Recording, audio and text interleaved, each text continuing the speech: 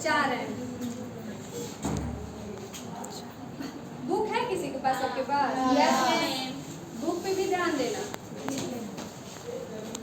भारत माता ग्रामवासिनी, खेतों में फैला है श्यामल, धूल भरा मैलासा आंचल, गंगा यमुना में आंसू जल, मिट्टी की प्रतिमा उदास ने। अर्थात सुमित्रा नंदन पंत जी कहना चाहते हैं कि भारत माता है जो वो कहाँ निवास करती है? गाँव में निवास करती है। अगर सच्चे भारत का दर्शन करना है तो आपको शहरों में नहीं जाना है, आपको गाँव की ओर प्रस्थान करना है। वहाँ जाइए और तब देखिए गाँव का दृश्य। तो बचा पूछा है, अब तो धीरे धीरे शहरी क्षेत्रों में तब्दील होते जा रहा है। लेकिन अगर भारत का दर्शन करना है तो आपको गाँव में जाना होगा। इसलिए कहते हैं कि भारत माता ग्रामवासिनी, यानी भारत माता है सच्चे अर्थों में गांव में वास करती है। खेतों में फैला है श्यामल, यानी जो खेत है, जो हमारे खेत है आजवाल, खेत में श्यामल यानी श्यामल यानी हरियाली फैली हुई है, चारों तरफ हरियाली फैली हुई है। क्या बीच में मत तोड़ना है, क्योंकि ये लाइट टूट जाएगा ना तो समझ में नहीं आएगा।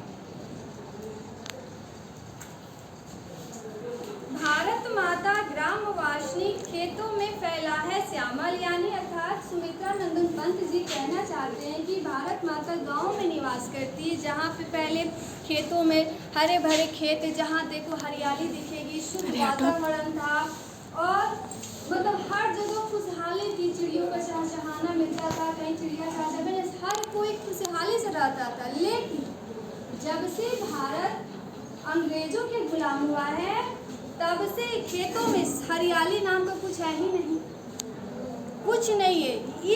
इस टाइम भारत माता को एक दुखियारी के रूप में प्रस्तुत किए हैं कि उन पर कितनी प्रताड़ना झेली जा रही है, इस धरती मैया पे कितनी प्रताड़ना टॉर्चर किया जा रहा है। यानी कि खेतों में जो उनका आंचल है, यानी कि जो ये श्यामल को हरियाली से डिनोट किया गया, लेकिन दूसरे अर्थों में उनकी दामन यानी आंचल से उनका दामन गंदा हो गया इन अंग्रेजों के अत्याचार से, इनकी क्रूरता से, कि धूल भरा मैलासा आंचल, जो इनका जो विशाल क्षेत्र में भूभाग था जहाँ सिर्फ हरियाली हुआ करती थी, लेकिन वर्तमान काल में देखिए कि यहाँ पे सिर्फ और सिर्फ दुखद घटना देखने को मिलती है, अत्याचार देखने को मिलता है। पहले 3 कठिया कानून चलता था अंग्रेजों के द्वारा।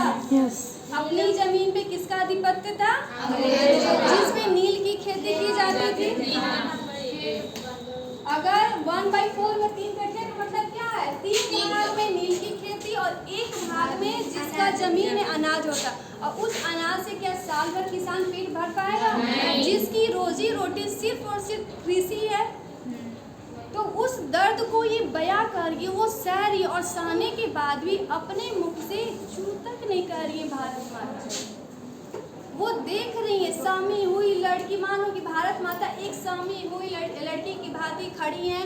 उनका जो बदन है, जो कपड़े हैं, सभी गंदे हो चुके हैं, पूरा बदन गंदा हो गया, बदन पे हर जगह दाग धब्बे, कहीं से खून बह रहा है, कहीं से कुछ हो रहा है, कहीं से हाथ कटा हुआ है।